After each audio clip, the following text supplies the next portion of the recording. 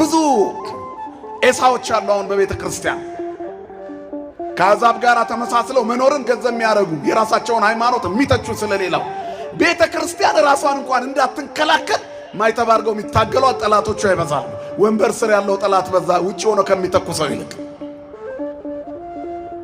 ያልታደሉ ሰዎች ኤሳውያን ብኩርናቸውን የሸጡ ከአሕዛብ ጋር አንድ ነን የሚሉ አንድ አይደለንም።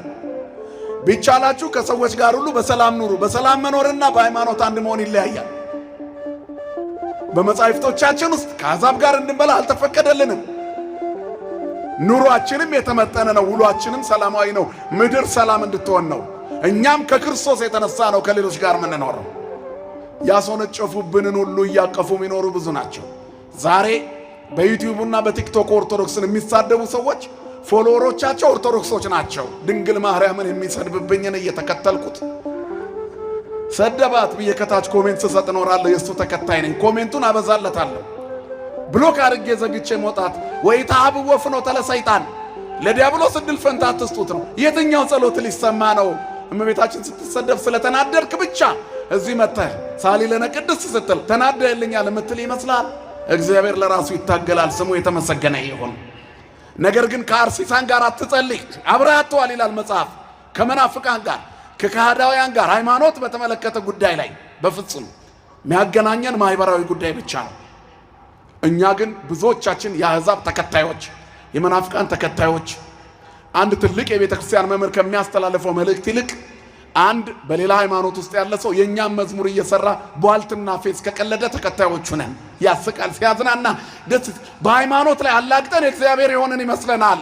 ድራማ በነፍሱ ላይ የሚጫወት ሰው በዝቷል። ማስተዋል ከአይምሮአችን ተወስዷል። እግዚአብሔር ልብ ይስጠን ለሁላችንም ወገኖች። በመሪያነሰናት ሁሉም ሰው ወደ ጥቅማ ጥቅም ጎርፏል። እግዚአብሔርን ሰድቦም ቢሆን ገንዘብ ስለማግኘት ያስባል። እግዚአብሔርን ተሳድቦም ቢሆን ዝነኛ ስለመሆን ያስባል። ሚዲያውን ግለጡት። የሰዎችን ትኩረት ለመሳብ የመጨረሻ የነውር ጥግ ላይ ሰዎችን ታያላችሁ። አንገታቸው ላይ የሰፋ ክር አዲስ ገዝተው አስረው በክርስቲያን ምስል የሰይጣን መልእክት የሚያስተላልፉ ሰዎች አልበዙ? ክራቸው የሰፋ ያስታውቃል እኮ።